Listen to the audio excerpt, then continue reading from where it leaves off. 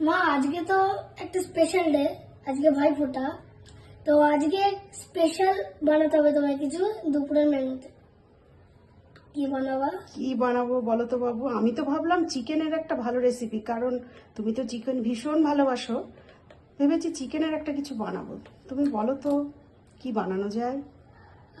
আজ এই যে মাটির হাঁড়ি, এই হাঁড়িটা দিয়ে তুমি আজকে হচ্ছে হান্ডি, এই যে মাটির হাঁড়ি, এইটার ভিতর তুমি ফেমাস হান্ডি চিকেন বানিয়ে দেখাবো আমায়। আজকে দেখি যে তুমি কি করে বানাও। না, এই যে বাবু একটা মাটির হাঁড়ি নিয়ে এসে হাজির। প্রথমে এখানে আমরা চিকেনগুলো নিয়ে নিয়েছি। এইবার চিকেনটাকে মশলা দিয়ে ম্যারিনেট করব। রান্নার উপকরণগুলোকে দেখাই। এখানে নিয়েছি রসুন, আদা কুচি, ধনেপাতা, টমেটো, পেঁয়াজ কুচি, ক্যাপসিকাম কুচি। আর এই যে ফোড়ন দেবো, একটা গ্রেভি বানাবো। গ্রেভির জন্য আছে এখানে শুকনো লঙ্কা, তেজপাতা আর গোটা জিরে।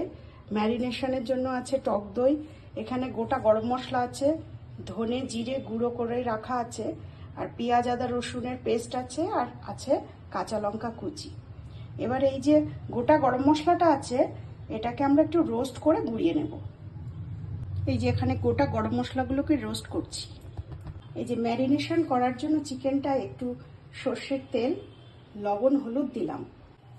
এরপর টক দই, কুচানো আদা, পেঁয়াজ কুচি, ধনেপাতা, জিরে ধনে গুঁড়ো আর ক্যাপসিকাম কুচানো একে একে মেশালাম। এরপর সুন্দর করে চিকেনটাকে মাখাবো। একটু টমেটো কুচি দিলাম, একটু কাশ্মীরি লঙ্কা গুঁড়ো দিলাম। এবার কড়াইতে তেল বসিয়ে গ্রেভিটাকে বানিয়ে নেব।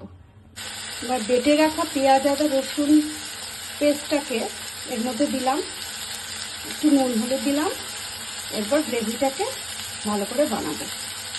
তেল ছাড়তে শুরু করলেই বোঝা যাবে গ্রেভিটা হয়ে গেছে।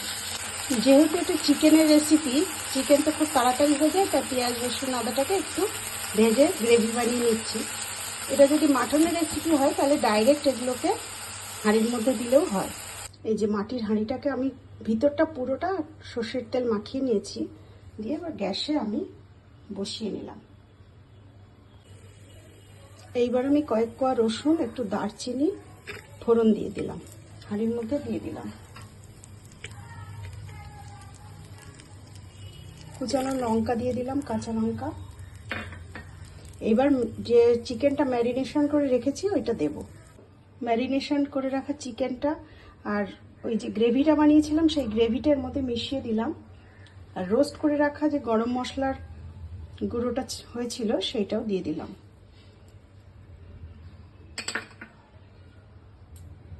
উপর থেকে আরেকটু সর্ষের তেল ছড়িয়ে দিলাম। আটা মাখা দিয়ে হাঁড়ির মুখটা পুরো আটকে দিলাম, যাতে ভিতরে বাষ্পগুলো বাইরে না বেরিয়ে যায়। এতে ভালো করে বয়েল হবে। এবার 30 মিনিট গ্যাসটাকে সিমে রেখে রান্না করা হবে। এই যে হালকা স্টিমে তৈরি হচ্ছে হান্ডি চিকেন। আমার বাবুর খুব পছন্দের পদ এটি। মা মা হান্ডি চিকেন কি রেডি? হ্যাঁ বাবু। ঠিক আছে, তাহলে এই পাত্রেতে তুমি ঢালো। আচ্ছা, এই বালতিতে? ইয়াস, আজকে আমাদের বাড়িতে এক বালতি চিকেন। আচ্ছা, তাই হবে। এই যে আমাদের হান্ডি চিকেন রেডি। এবার আমরা ঢাকনাটা খুলবো, দেখবো ভিতরকার কি পরিস্থিতি। ভীষণ গরম, হাত দেওয়া যাচ্ছে না। দেখি ঢাকনাটা খুলে। এই যে একদম রেডি আমাদের আজকের হান্ডি চিকেন। ভিতরটা দেখো কি সুন্দর লাগছে, আর রংটাও হয়েছে অসাধারণ। বাবুর আজকে খুব পছন্দ হয়েছে। বাবু, ভাইফোঁটার সব মেনু পছন্দ হয়েছে? হ্যাঁ, কি কি খাচ্ছে একটু দেখাও।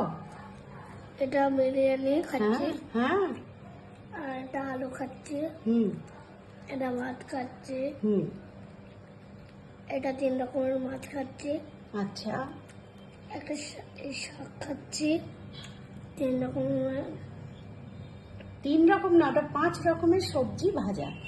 5 রকম।